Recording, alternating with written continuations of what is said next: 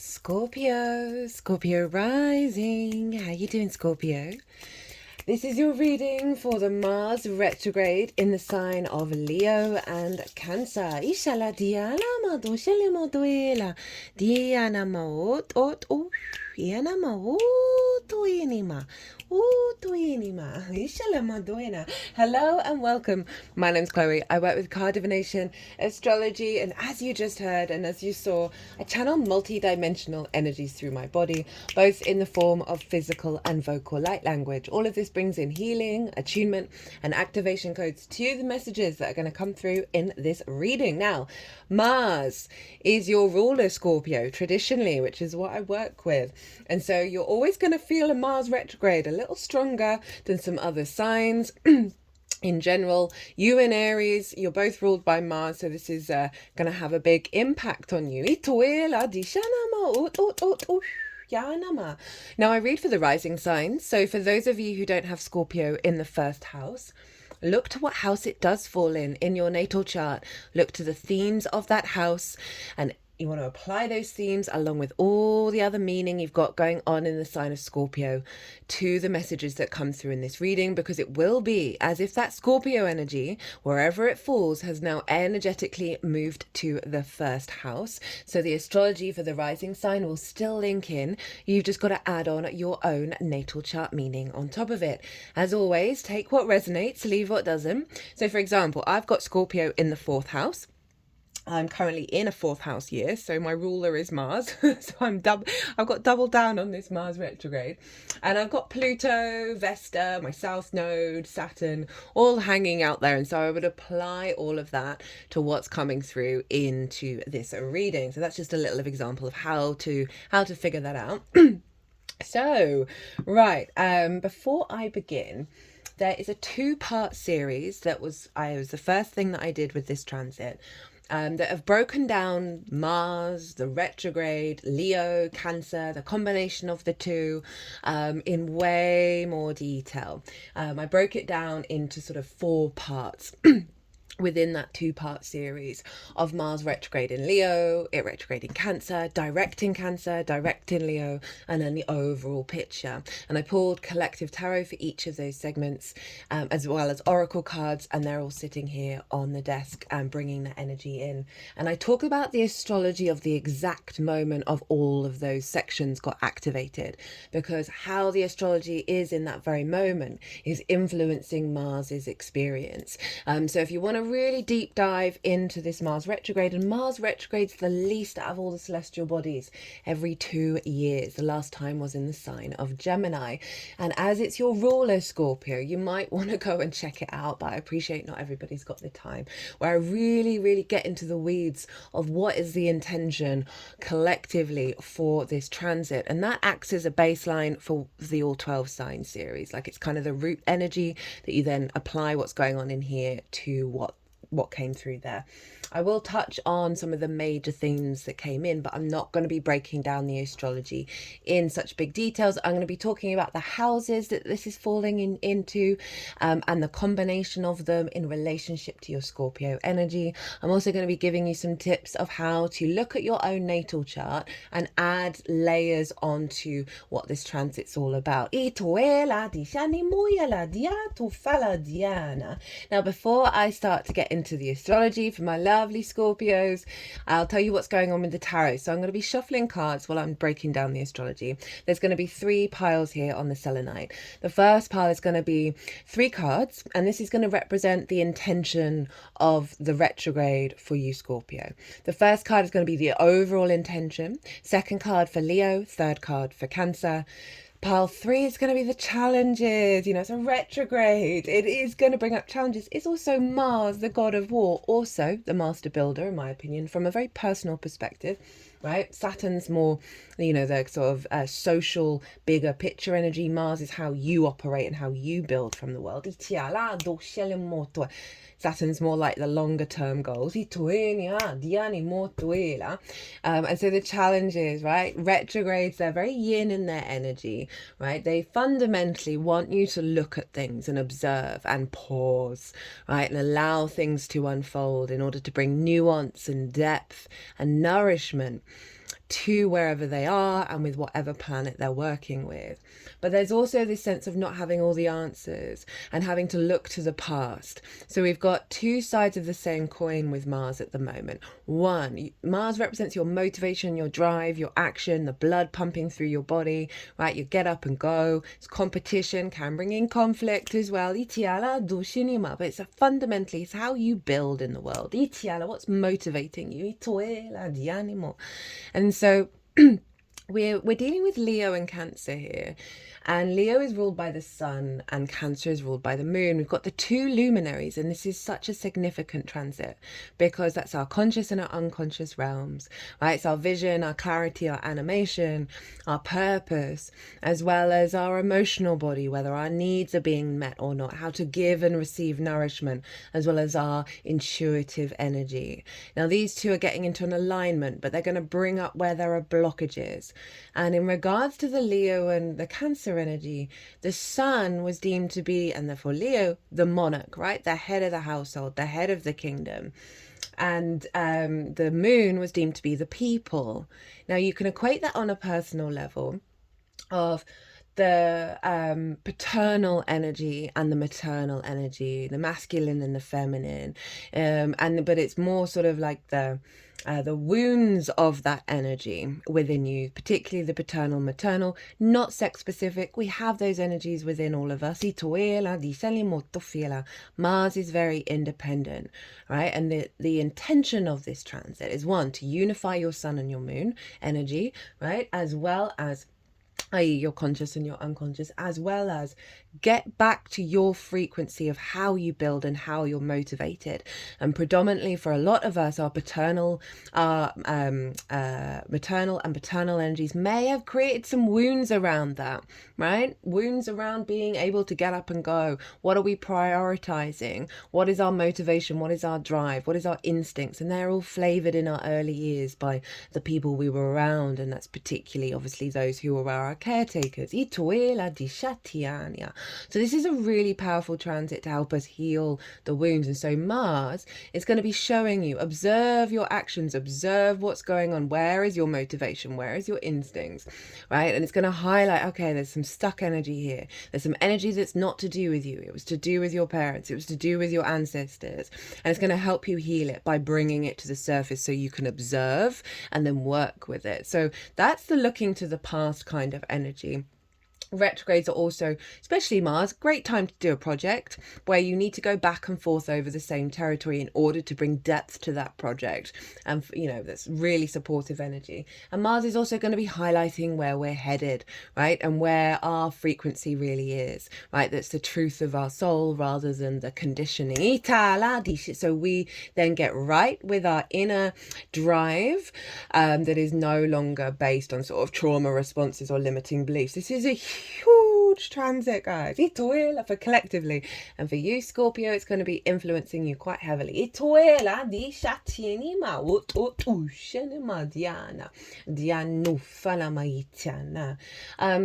Right, so Mars, wherever it's transitory, wherever the transit of Mars is always influencing you, Scorpio. It's also influencing Aries. So the themes of these two houses are going to be playing a role in what I'm then going to expand into in terms of the Cancer and the Leo energy.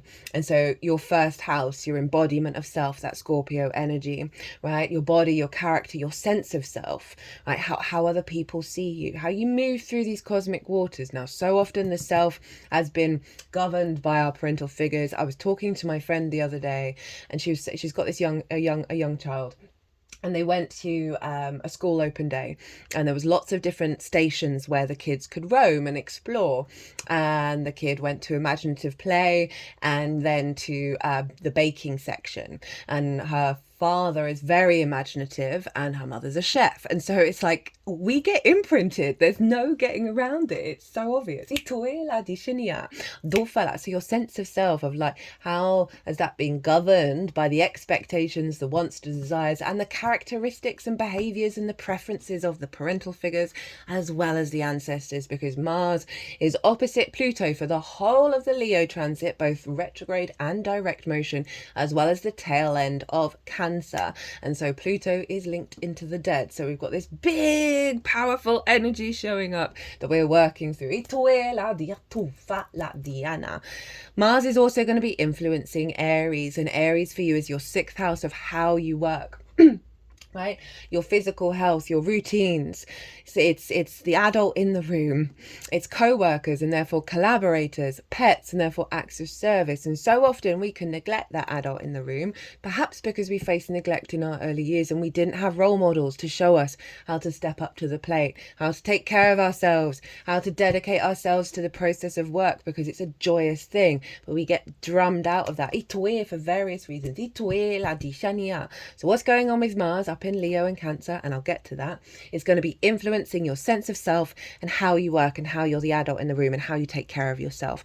So big core energy showing up here, Scorpio, at the offset. Now you want to look, so this is another tip of how to make this more personal to you. Look to where your Mars is in your natal chart. What houses is it in? What are those themes? What sign is it in? And the lens in which that sign operates. The themes of that house are going to get activated and be part of this retrograde. They always are. So you might want to go look to where Mars is and then apply those themes to what's going to come through now in this reading. So let's get on with it. Leo, it's retrograde in the sign of Leo. By the way, all the dates and all the degrees of this retrograde are in the description box, as are all the decks that I use in case of if any of them take your fancy. Oh, did I finish? I didn't finish. Okay, part 2. The challenges, right? And how to work with it. There's going to be 2 cards. There's just so much to say. I'm trying to keep these short. Short for me anyway. There's 2 cards for each. 2 cards for Leo, 2 cards for Cancer. And it's going to be the challenge and then how to work with it. Pile 3 is how is this all going to manifest moving forward, right? Having gone through this long shift in our motivation, drive and our action. And then I'm going to be pulling 1 card from 4 different tarot, 4 different oracle decks. I apologize. At the end, and I'll break down what they signify when we get to that. So Leo, hi, squaring your Scorpio energy.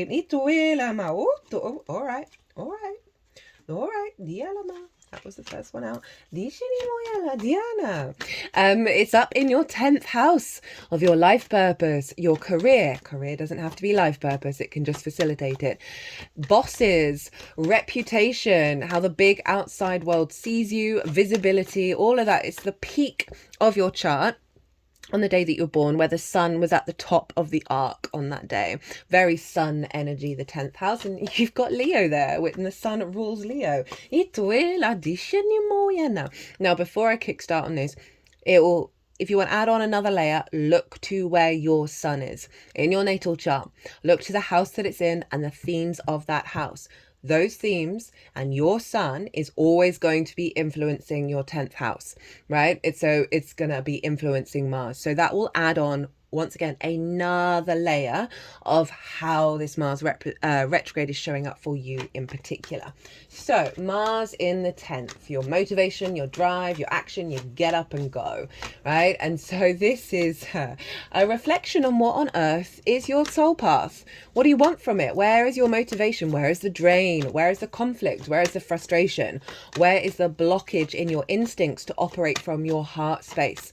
What may have come up that is sort of hindering you from truly walking your own path, right? A lot of the themes that have come through in these all 12 sign series is that certain situations have happened in our lifetime, usually because we're recreating past trauma, both ancestors and parental figures, that then cause us to withdraw, right? To change the way that we act. It diminishes us, right? Because we may have felt pain or rejection or whatever it is, and we're like, well, I'm not going to do that anymore. I'm not going to give anymore in the way. I'm not going to work from my heart. All the walls go up. They're just sort of hitting the tarot deck over my heart space, breaking up the energy of the wall, getting them to crumble.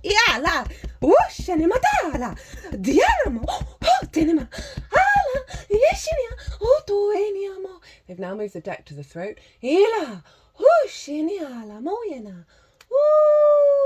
Well, that was a cool thing to channel. That felt lovely. intense but lovely. I mean, Scorpio, you know, intensity. So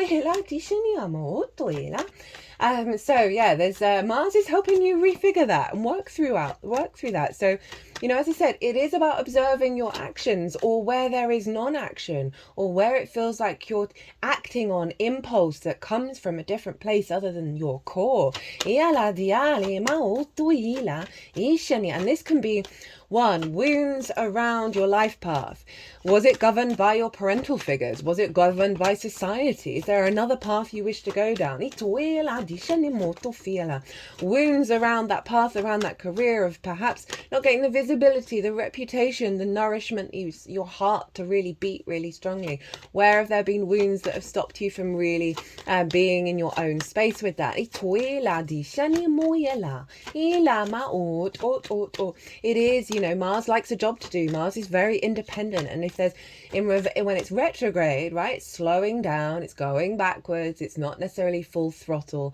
This is about revisiting, revising, bringing depth and nuance to this area of your chart, but it is calling you to reflect on the blockages and where there's stuck energy. So as I said, you know, the one side of this is the wounds around all those themes of the 10th house. The other side is that Mars is going to show you your new instincts, right, that are building and building through the recalibration as you go through this transit. And you're, oh, I wonder if you saw that there, you didn't.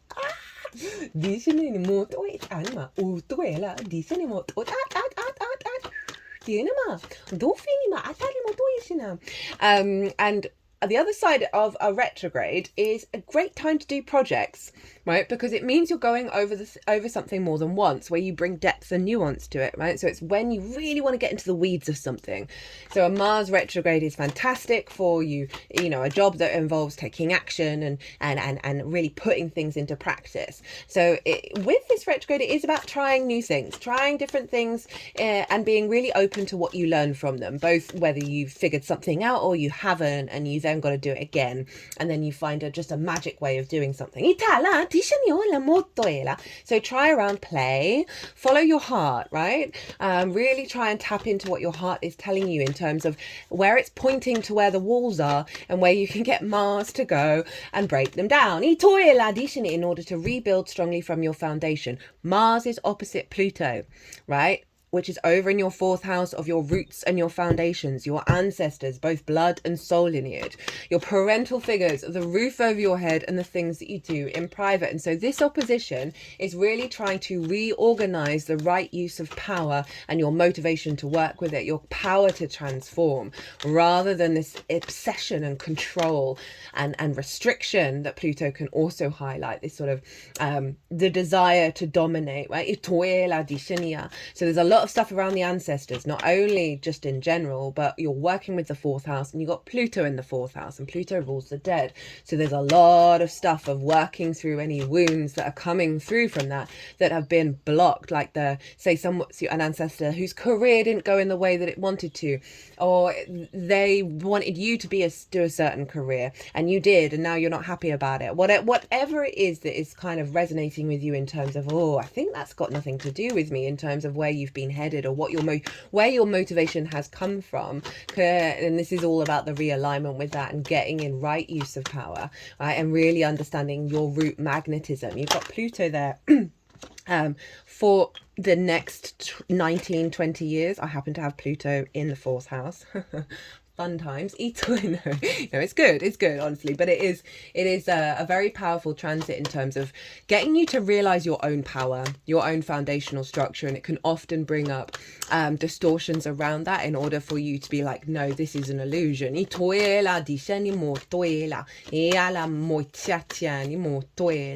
may be a certain situation at work, a project, or just a certain thing where you're having to go back over old territory, right? That maybe your actions emotions aren't being seen while it's being retrograde. And it's really trying to get you to go, are you going to still do the right thing from your heart despite that? And you know, with the sun energy, that paternal energy, did a paternal figure in your life say you can't do this and therefore you don't, and then you're constantly sort of living in a state of regret? All of those kind of things of the, you know, abandonment issues are a big one as well, in terms of the lack of value that you may feel at your core, even if you're quite confident, right? So often many of us have that. That means your capacity on an unconscious level to be seen is down to that sense of, are you worthy of it or not? Are you able to give and receive in a healthy way?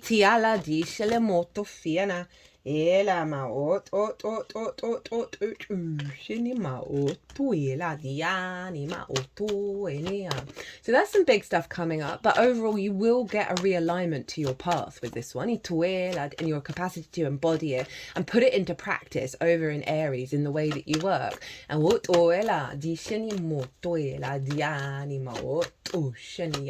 so okay, you got a bonus card. You got a bonus card.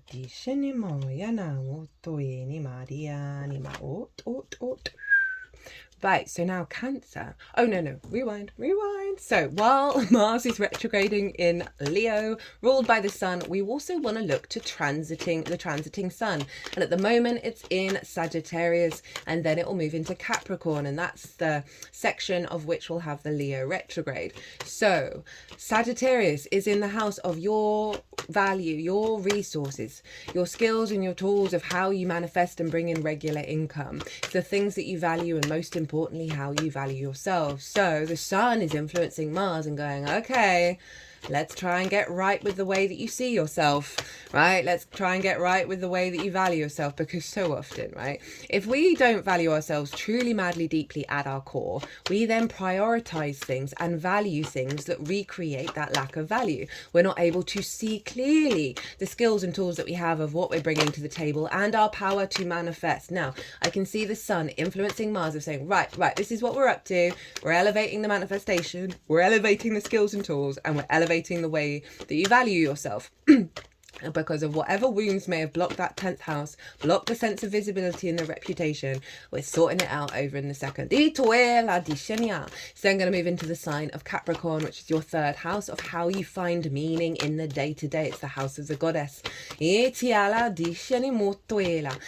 day-to-day, it's your local community, it's your environment, it's the lens in which you communicate through. It's linked into schools and siblings, right? So that if any wounds from school time or siblings that may have blocked your motivation and drive, right? Some kid in the playground said, oh, you're not capable of anything, and then that's kind of imprinted into your brain, right? And then even though you're like, oh, life's great, everything's fine, there's just something niggling that's going on in the background. You're like, why is that always happening? Why is that not quite right? So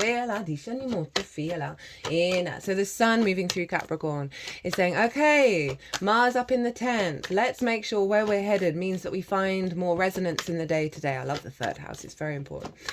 Let's find more resonance in being able to communicate and understand and perceive the environment as it truly should be, that serves for long-term goals, that's bringing you into the capacity to build and create and have the motivation and drive to keep going on your path. I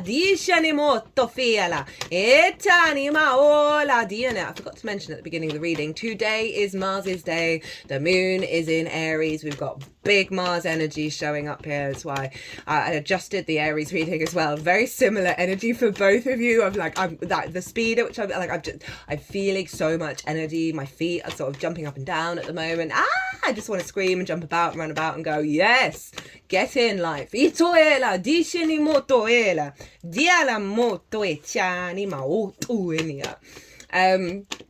yeah, that's the sun's transit. So though wherever, we've got not too long until the sun moves into Capricorn, which is obviously the winter solstice or the Capricorn solstice, and so that is the new year for me in terms of the sun's cycle around the earth, when the days start to get longer. That's a big time on the 21st. It's on a Saturday here in the UK. The 21st of December is the winter solstice, summer solstice in the Southern Hemisphere. And this is a great time to set new intentions in the Northern Hemisphere. Southern Hemisphere, the sun is now diminishing. So this is where you're bringing everything that you've learned into practice. You're drawing it in to into your inner world, and so you're really cultivating a stronger inner world in the Southern Hemisphere. So Cancer, so I'm going to move into the sign of Cancer on the 6th of January. As I said, all the dates in the description box. And this is your perspectives. This is the house of the gods, right? These are the bigger picture perspectives, philosophies, morals, ethics. This is your connection to book, religion, source, nature, science, all of those matrices that are bigger than you, that you know you're a part of, and you're figuring out, well, what do I think about them? And how do I want to move through the world? It's about mastering of something. It's about sharing perspectives. And this is where we bring those perspectives into the third house of where Capricorn is, of bringing that meaning into it. So Mars moving through there, noticing a recalibration of your perspectives that's in alignment with the truth of your inner motivation, your inner drive, not anybody else's. And here we're now being ruled by the moon. And what I love about this is that the moon moves through every sign, and therefore every house, every lunar calendar. And so every area of your chart, every 2.5 days, you're going to get clues about your emotional body, your intuition, and whether it's distorted or not, your needs and whether they're being met or not, how to give and receive nourishment. All of the moon's energy, the unconscious realms are going to be guiding you and highlighting where there may be stuck energy and where you're headed. And this means we get a holistic integration of the whole chart into Mars, your motivation, drive, and action in regards to your perspective. So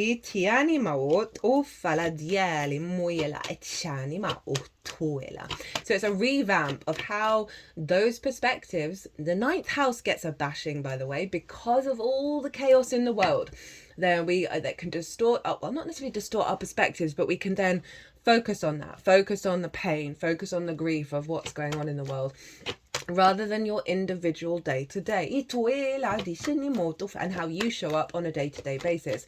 So Mars moving through there and retrograde is a working through of the mother wound. Of how you get nourishment, how you give it.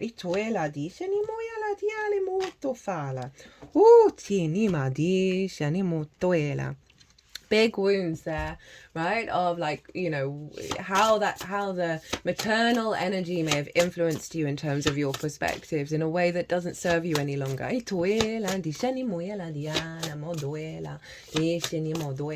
going to see a shift in the way that you apply your perspectives into your motivation, your drive and action, and a level up around that.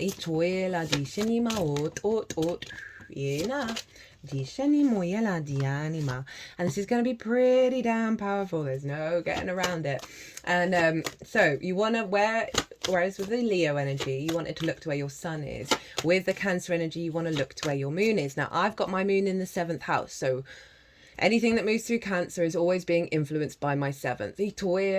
So the themes of the 7th for me would come up for this transit. So look to where your moon is and apply the themes of that house, and also the sign, right, and the lens in which it shows up to what's going on with Mars, because it's going to be influencing Mars and influencing your perspectives. And so that's going to make it a bit more personal to you. With all of these things of like where your natal Mars is, where the natal sun is, the natal moon is, you can add on a deeper layer of getting into the weeds of the astrology and the nuances of your own chart. So let's give so my sun is in the 2nd house, so I'd apply the themes of the 2nd house to Mars's transit for me, and it's in the sign of Virgo. So Mercury rules my sun. So I would then look to where Mercury is and what house Mercury's in, because that would be influencing my sun and therefore influencing Leo and therefore influencing Mars. And I happen to have Mercury in Leo. So it's a feedback loop between Virgo and Leo and the themes of those houses that would be influencing Mars. So that will really help you really understand the complexity of what's going on, right? If you had the sun in Leo, it would just stop there. If you had the moon in Cancer, it would just stop there, right? So it's all going to depend on your own chart how Mars is going to be showing up.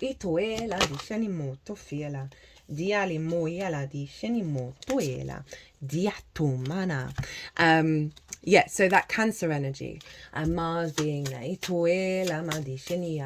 I said, a realignment with your instincts, your motivation and drive, with a higher integration of your perspectives that are true to you, that not based on conditioning from the collective, socially, and then on a very intimate individual level.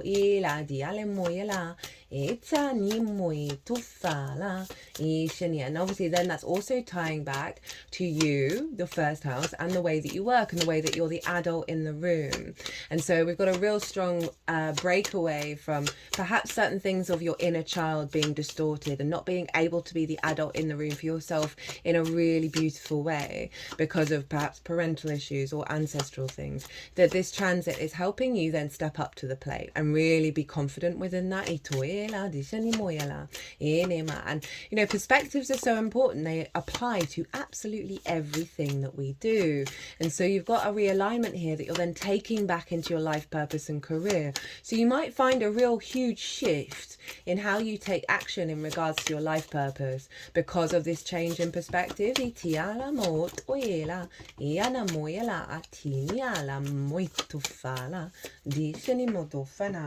And the luminaries, the lunations even, are going to be very significant until for the retrograde, because the sun and the moon are involved with those. So regardless of whether Mars is in Leo or Cancer, the lunations are always going to be influencing Mars. So that's a very quick turnaround of big shifts that are happening in terms of the lunations that are going to be influencing Mars.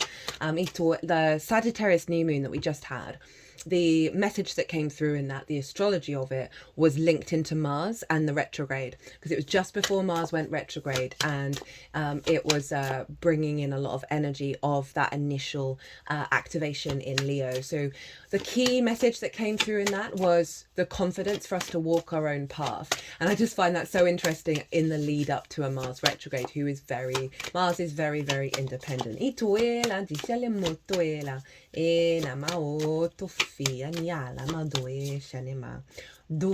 just trying to see if anything else wants to come through, if I've missed anything in regards to this. So you want to look to where your Mars is, because your Mars is going to be influencing this and also be influenced by this transit. So the themes of that house is going to be important. You want to look to where your sun is for the journey in Leo, because the themes of your sun are going to be influencing Leo, and then the moon when it's in Cancer. And as I said, all the dates in the description box. We're not actually going to leave this particular retrograde, the full cycle, until the 2nd of May, right? Because even though when it goes direct, it's still going to go over the degrees it was going to retrograde over, and it doesn't go beyond that initial retrograde degree, which is 6 degrees and 10 minutes of Leo, until the 2nd of May. So it's a long transit of recalibration of your motivation, drive and instincts beyond the wounds of the paternal and maternal energy. An alignment between your conscious and your unconscious spaces, right? Your vision and your intuition. It's such, I've certainly been going through, since it's been in Leo, some paternal wounds that in the lead up just before the Mars retrograde. Something kicked off that activated an old wound, and definitely working through it. Allow yourself to feel those things, allow yourself to move through that energy. It is part of it all, and I'm just so grateful I know about astrology, because if I didn't, I'd just it would be a bit of a struggle bus, but all is well, and it's not like the end of the world, but it's just fascinating to then see it all show up so very, very clearly, and coming out the other side is just going to be pretty phenomenal, and you're going to embody yourself in a different way that's more in alignment with the truth of yourself. So, the intention of this transit. Remember, the first card is the overall intention, then the Leo, then the Cancer energy, and oh my goodness, Scorpio. We have the Empress, the King of Swords, which is Aquarius. So that's really interesting for the Leo energy, that it's pulling it back into your root system. And then the Nine of Cups for the Cancer energy. So the Empress, for you, my lovely Scorpios, for your 10th house, 9th house energy of a realigning of your path and your perspectives and your capacity to get up and go and do the damn thing for your incarnation. You've got the Empress. This is creativity. This is fertility. This is the joy of existing, right? It's so powerful. This is abundant energy and like the creative flow through yourself, this sense of birthing something new, because so often she is depicted as being pregnant, like that act of creation. She wants you to feel good in this 3D world, and the fact that this is showing up, you might want to look to where your Venus is as well, that this is so powerful for any sort of heaviness that you may have felt, that what's going on with Mars is getting you overall into the Empress energy. That sense of love, of life again. And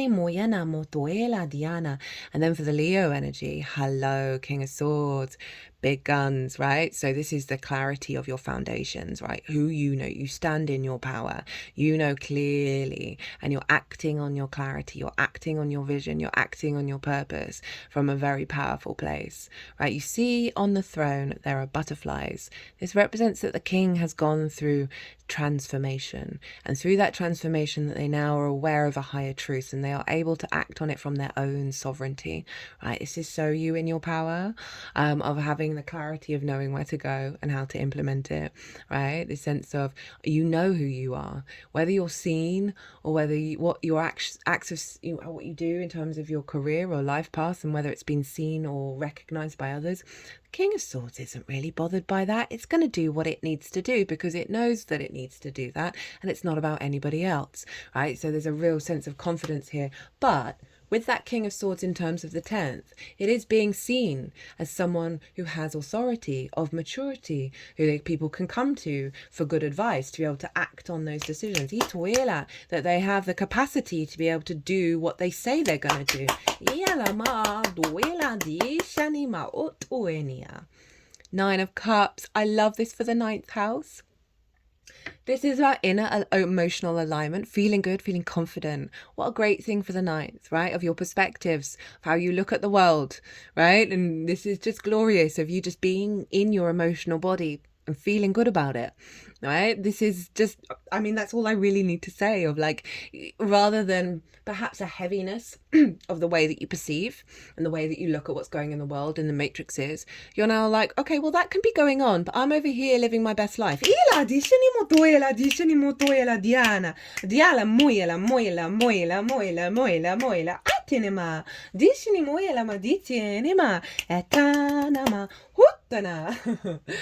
Yeah, the energies are really enjoying what's going on here. So, you got a bonus card for the Cancer energy, and you got for the challenge and how to work with it. For the Leo energy, we got the Queen of Swords. So that's really interesting that you got the King of Swords for the intention, and then the Queen of Swords for the challenge. We've also got the Hermit of how to work with it. This is your hopes and dreams, friends, groups, and alliances reaping the benefits from your 10th house, right? That's the house that Virgo falls in for you, Scorpio. Right, so Queen of Swords is the challenge. The capacity to cultivate this perspective that you're activating, right? So the opposite that's coming up as a challenge. Right? Can you allow yourself to channel through your crown chakra? Can you let new information, new downloads come in and then implement it and cultivate it? So there may be a restriction around this process. You also may feel that there's the challenge to embody the Queen of Swords. She knows she's been through some difficult times, but she also knows that has moved on. Her head is above the clouds. She is open to receive. Her hand is outward. So can you do that? Right? So it's kind of referencing that you may have gone through some difficult times, Scorpio, and you may still feel like you're in them, even though your reality is shifting around you.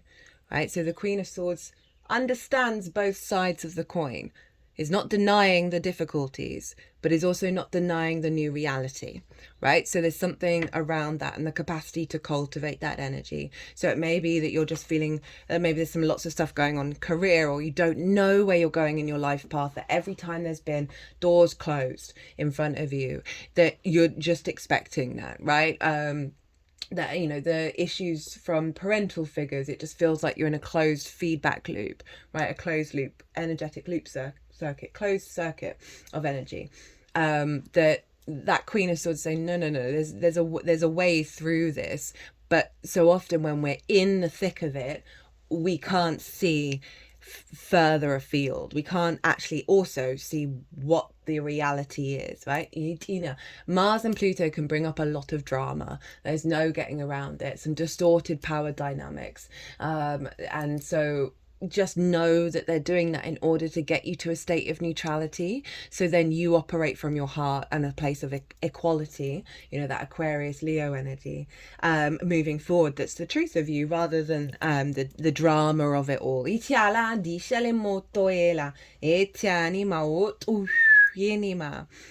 so let's leave the 11th house out of it, but look to the Hermit, of how to work through it. So this is out, the Hermit's not in the drama. The Hermit's decided, right, oh, F this, I'm off. I'm going to go sit on the top of a mountain and understand who I am and how I create in the world and how I manifest and how I understand reality based on my own experience, right? I often feel it's a very Aries energy, this Hermit. But it is about that kind of connection, reconnection to the earth, to the truth of your own nature, right? Not what anybody else has conditioned you to think that you feel and know. It is an inner space. So it is calling you to go inward and observe, right? Virgo's a big observer. And the Hermit is following the star, which is an Aquarius card, right? Of the hopes and dreams. And also that sense of deep healing and getting back to the truth of yourself. Understanding you are a galactic being in an earthly vessel, right? And that can be a little bit difficult. And the Hermit is really wanting you to discover your own wisdom, right? And allow the chaos of the outside world and whatever the dramas may be going on, is to step away from that. Let it happen. Let it unfold. Stay in your wisdom. And not the chatter. You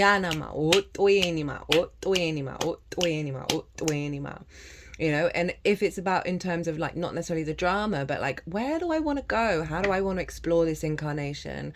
You know, then it is calling you to go within and perhaps go and sit in nature, right? Because the Hermit is off in the wilderness, and see what wisdom comes through that way. It's also in terms of like visibility and reputation. As I said, like sometimes we aren't able to receive it because of wounds of lack of value, abandonment issues, whatever it is, that the Hermit's saying you need to like, the Hermit's not bothered about what other people think about them. People come to the Hermit for advice. That there's a sense of trying to embody that, of like, perhaps like fake it till you make it, of like, okay, like working on grounding in your physical vessel and working through what any stuck energy in your physical vessel is around visibility and reputation. Of, you know, Leo wants to be seen, right? And you've got Leo in the 10th, right? So it's all about that. We can have some unintegrated Leo energy that can show up around this. I think we all have it as a collective. We're all working through it. Of like, how can I keep walking my path even if I'm not getting recognized? It's about getting out of conflict. See, this is Mars, and so Mars is the god of war, but also the builder. It's like, how do we re-navigate that energy back into how you want to walk your path, right? And not necessarily about whether it's seen or not. So for the Cancer energy, we have the Sun in reverse, the Knight, which is interesting given that Cancer is ruled by the moon, the Knight of Pentacles, and then the King of Cups wanted to cross the Knight of Pentacles. So this was the bonus card. And so the Sun in reverse. This is you not seeing life as yes, your perspective not being yes, abundant, light, yes, big yes planet, freedom, joy, celebration, the inner child being really happy. And there's just following the sunlight, following the downloads, following the warmth of existence, the freedom, the joy of it all. It's in reverse. And so there's a blockage in your perspective of seeing things clearly, seeing the joy, seeing the love for your inner child being happy and enjoying the ride. Which is not surprising with the ninth house of perspectives, okay? So that's a block that they're wanting to look at. You may feel a little bit disconnected from your own vision, your own clarity, because Mars is helping you reorientate into a more integrated frequency. And so you might feel a bit discombobulated. How to work with it? Knight of Pentacles crossed by the King of Pentacles. Sorry, the King of Cups. So the Knight of Pentacles is saying every day, put some of the sun in the upright energy into practice, right? It's going to take time. Habits take time. The way we reorientate our perspectives. So I often give this example. I used to, whenever I got anything wrong, if I knocked something over, or if I went to one room and had forgotten to bring all the things I needed to bring, my whole body would run cortisol through it. And that energy was telling me I did not deserve to exist because I made a mistake. And it got to the point where I was like, this is mad. This is harming me at an extreme level. So I decided to put into practice every time something happened that I would previously be enraged at my own stupidity and failure as a human being.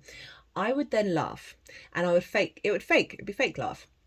And I did it every time. Well, not every time. Be kind to yourself. You're not going to necessarily do it all the time. I did it as often as I could. And I made an intention to do it as often as I could. And then eventually, after time, it took time, I then started laughing naturally. And then after a longer period of time, I then started to laugh and mean it. And then I started to laugh and mean it and think and believe in the laughter of the situation. And it's been quite an awe-inspiring experience for myself to observe the power of habit, right? And how I no longer really feel like that. There are occasions, usually when I'm tired, hungry, or in pain, or usually the period, right? I mean, that's still always a thing. That this is saying, try and put into practice. Slow down. There's oak leaves here. They represent wisdom and strength. And this is the biggest horse. It's the slowest horse. You're going to get where you need to get to. And it's about putting these new seeds, these new habits, these new perspectives of the sun in the upright. It might be about doing a daily ritual with your inner child. And apply it. You might not get results straight away, but this is a long transit. And so the way through the shifting of perspective is genuinely applying it on a day-to-day basis. Unfortunately, we've got to do the work, but it does turn out all right in the end. And the King of Cups was sort of crossing it. And it's saying that this is something you need to reflect on, right? The King of Cups is very much in emotional control. Right? There's chaos going on around it. It's in the eye of the storm and it's not bothered. It understands the power of all emotions, but it doesn't let any of them knock him off his perch. So there's a real sense of maturity and sovereignty around the emotional body. Now, it's neither in reverse nor is it upright. So it's saying that there's work that needs to be done to get it in the upright. And this is allowing the duality of the awareness and the loving compassion for yourself when it's in the reverse, as well as the serenity and the dignity you may feel in the upright, and the respect of holding both of these things at once and working with both of them at the same time. You are navigating two different you're navigating the past and the future within the present. And so it's calling you to work on this King of Cups, right? And bring it into balance and bring it into the upright. And I think that's something to do on the day-to-day basis that this Knight of Pentacles is asking you to do, because it's going to put the sun in the upright. Because when we get to a place of serenity, it frees up so much conflict within us. And for me, serenity is neutrality. it frees up so much conflict in our energy field that then there's just pure chi flow. And that is the sun in the upright. You ever seen any Qigong masters, right? And they're all about clearing of the chi. They glow. They literally glow. The sun is beaming out of them because their energy field is in alignment. Maybe take up some Qigong. Right. How this is all manifesting moving forwards. We have the Two of Cups, the Queen of Wands, and Lady Justice. So there's a real sense of unity happening here. We've got the Two of Cups. This is about respect, honor, and dignity, equality. Two energies coming together, willing to give and receive.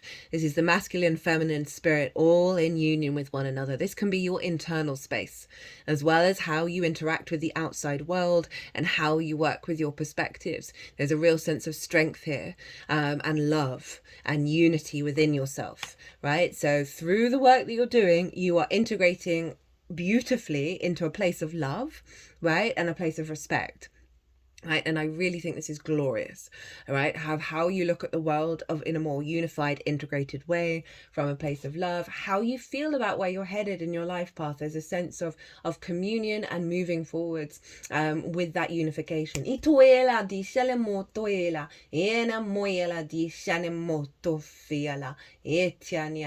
And through this process, there's you can bring in the fact that this might lead to more respect and visibility in your reputation. Of your life path and career. Life path might be meeting someone. For some of you, that may be about that, but I always try and not have that as a major theme because not everybody's looking for it. And because it's about the way that it's influencing the way that you work and how you embody yourself. And there's such power in that Two of Cups, right? There's a real sense of stability and balance in the emotional body that allows us to commune with the outside world without losing ourselves, but also being open to receive. And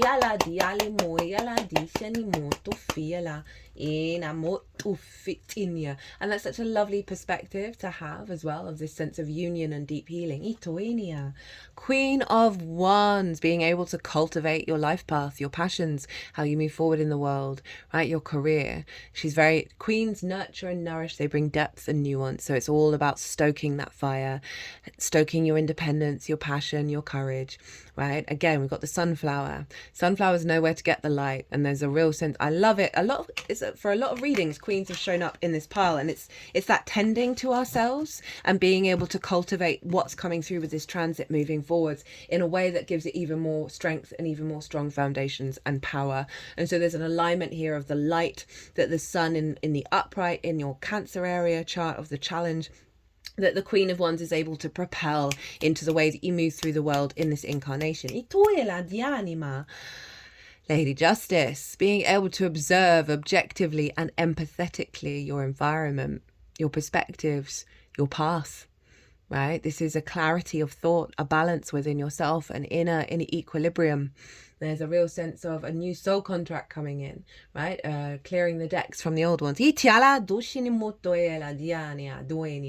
And rather than seeing your career, all that kind of drama and all of those things, or any misfortunes, it really is like there's a line drawn in the sand. Judgment has been made, and you're moving on to this state of balance and being able to observe the reality of it, right? Rather than the perspectives that we may have of fear and worry based on previous experiences, right? There's a sense of I am able to have the vision. At the bottom of the deck. This is also your 12th house, by the way, Libra, which is the unconscious responses, and that's where a lot of our programming goes. So I really like that that's showing up of a real strong power of those unconscious responses not having such dominion over, and again, really allowing you to observe your reality that's to do with your frequency and not the drama and not what's gone on before. Bottom of the deck, 8 of Pentacles, stepping up to your incarnation, pulling up your socks and whistling while you work, enjoying the ride, enjoying the process of the refinement of who you are. Now we can apply this to career, to life purpose, to perspectives, right? And your capacity to then implement it. I am here for that. So the motivation, the drive, the energy to build in the 3D. Okay, we got 4 oracle cards. The first one up is this card is going to represent what we are being reminded of in this retrograde. And this was a suggestion of the person that I live with, because the deck is actually called What We've Forgotten, and they wanted to sort of rephrase it. So what are we being reminded of the truth of ourselves during this journey, during this retrograde?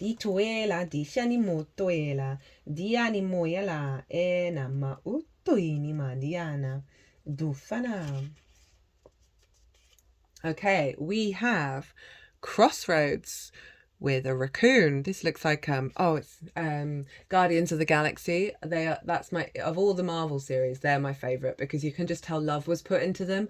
Oh, okay, I can see why this card may have come up. I haven't read it and I've never had this card before in this deck before, but honestly, out of all of them, those movies, you can tell every little detail. Maybe not the last one so much, it wasn't a favorite, but the first 2 at the very least, that everyone who worked on that, it was a passion.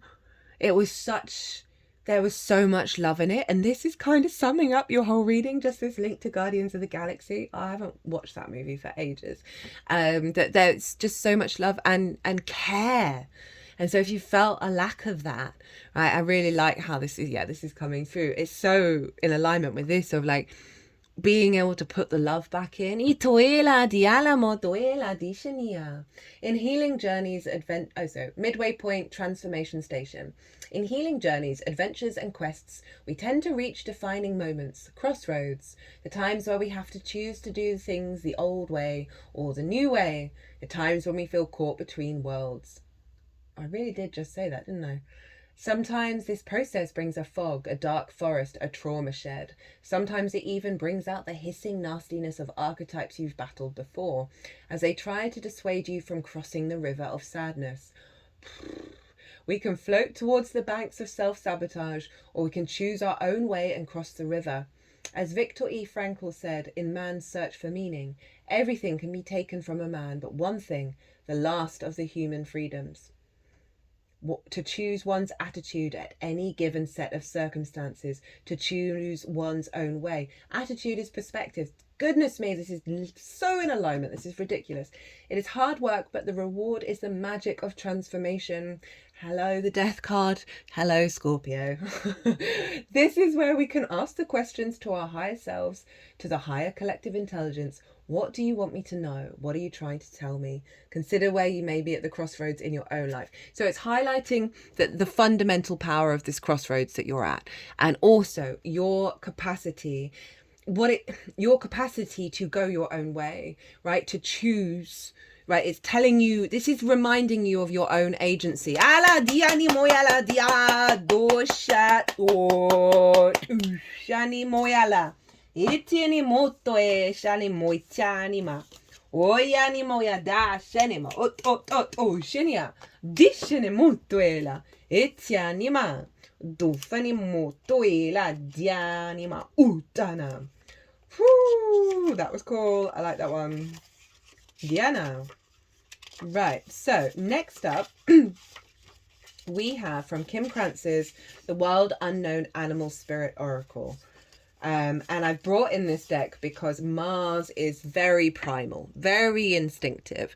And so the animals are going to give us some nice, well, not some necessarily nice, but some very helpful, supportive energy come in. Now, this can either be some difficulty that you need to focus on or what you need to channel to work through it all. Master of light, illusion, and the mind. The dragonfly is an ancient and ethereal creature that awakens the senses of wonder in all. The dragonfly is a symbol of the mind, as it's always moving, shifting, shimmering, and changing. When the dragonfly card appears, it's worth considering the quality of your mind and perception. Are they restless or still, dreamlike or crystal clear? The situation at hand may be different than it appears at first glance. The dragonfly reminds us to calm the mind so the light of wisdom can shine through. When in balance, sees clearly, joyful, magical. When out of balance, can't concentrate, busy mind. To bring into balance, focus on the breath. I mean, that really is summing up quite a lot of this reading. Oh my goodness, these oracle cards for all the readings have just been so completely spot on. Source, you do blow my mind constantly. Sorry, I don't feel like I need to say anything with that one, and it's giving you a helpful tip to do some breath work if you're feeling that busy mind, feeling overloaded by the what may happen, the fears, the worries, the drama of it all. Is getting you to still your mind and also trust in the process of what's going on. You may be thinking it's all chaotic and not what you want it to be, but there's something bigger going on that has is not going to reveal itself for a little while because of the retrograde. So we've got to hold the line and trust the process. I swear I've been saying that for nearly all of the transits, but we've got a lot of retrogrades at the moment, so it's the vibe. So from the Shaman's Dream Oracle, this is an energy to help us on the journey, right? What to call in. And you have in the hand. The universe is your partner. Feeling secure, taken care of, the universe is your partner. Something amazing happens when you contemplate your intimate relationship with your higher power. How do you engage it? Perhaps you might have seen things through the influence of your religious background, or you may have been exposed to other ways of making that connection real for you. It doesn't matter the source of your understanding. What matters is what works for you. For example, if you believe in a punitive God, you will be afraid of punishment for your transgressions. If you believe in a version of a higher power that blesses you, you may find it easier to surrender to a relationship of radical trust. Yeah, so many of us, even if it isn't necessarily in this incarnation, I've been told a few times that I'm holding a lot of book religion dogma from past life energy that's stopping me from being able to receive the full abundance of source. That sort of puritanical guilt over having anything, right? It's Catholic guilt, isn't it?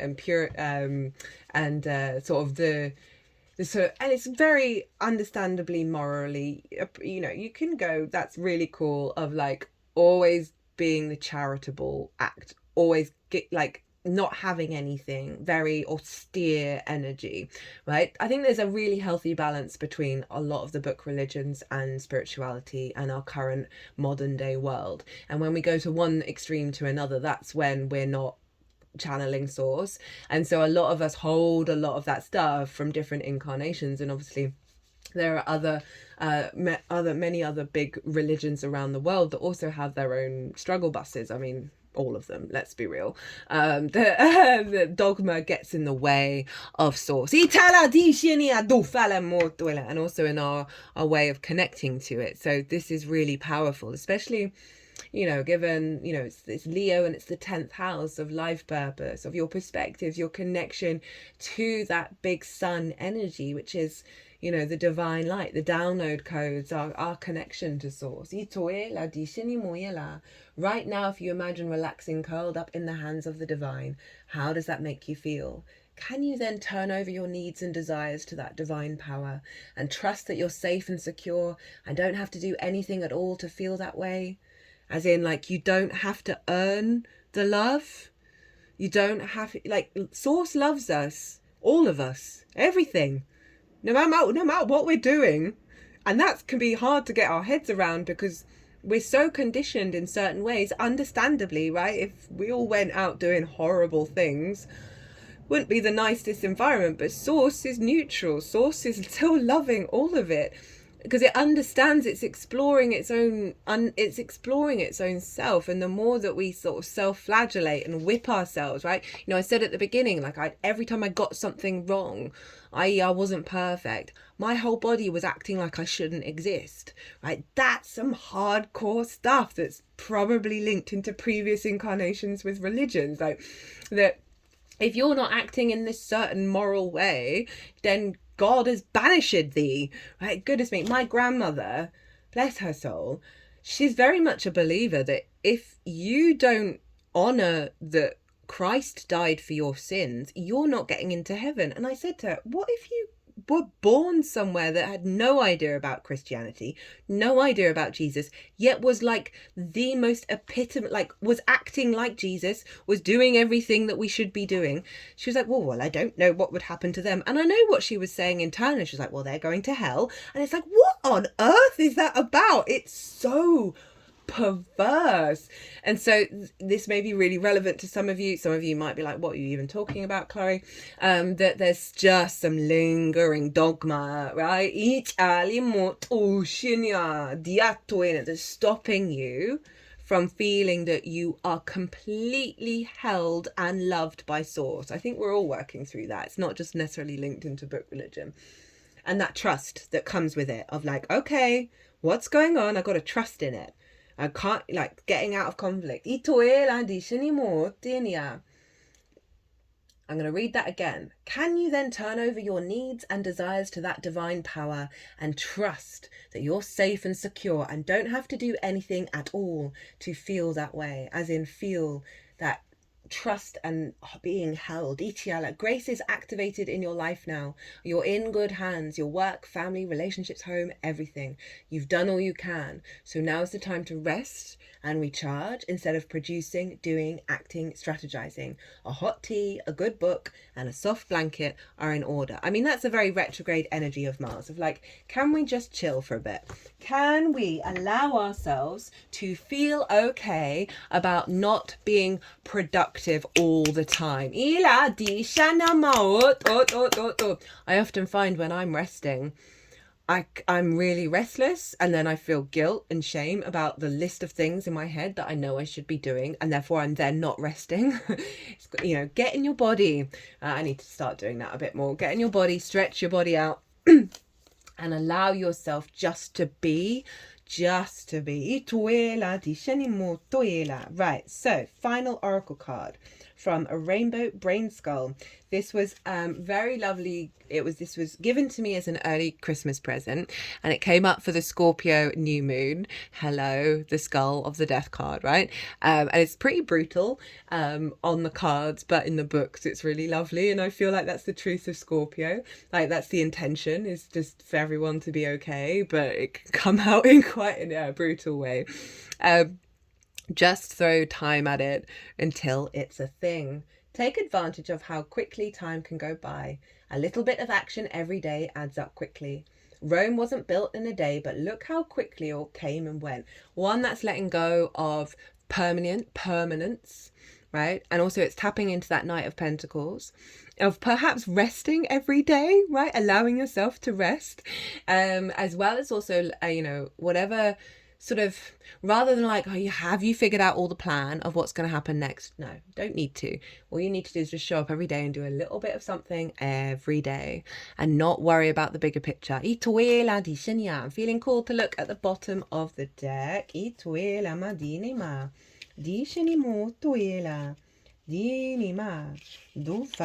So we have, did you forget that you're still inside the game? You really think that this incarnation is the beginning and end of everything? What absolute hubris.